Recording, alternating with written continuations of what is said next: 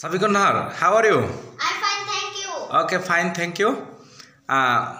Please read out the first question. Are you well? Are you well? আচ্ছা, are you well এই কোশ্চেনটা দ্বারা কি বোঝানো হচ্ছে, কি বোঝাতে চাচ্ছে, অর্থ কি এটা? তুমি কি ভালো? তুমি কি ভালো, অর্থাৎ তুমি একজনকে প্রশ্ন করলে আর ইউ ওয়েল, অর্থাৎ জানতে চাচ্ছ তুমি কি ভালো, অর্থাৎ এই ভালো দ্বারা তুমি কি জানতে চাচ্ছ?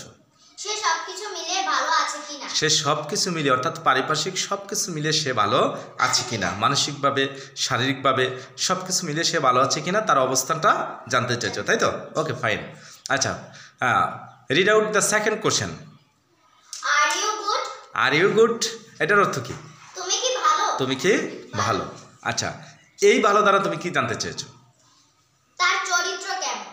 তার চরিত্র কেমন, অর্থাৎ তাহলে আমরা বুঝতে পারলাম আর ইউ গুড তুমি কি ভালো, অর্থাৎ এই ভালো দ্বারা তার চরিত্রকে প্রশ্ন করা হয়।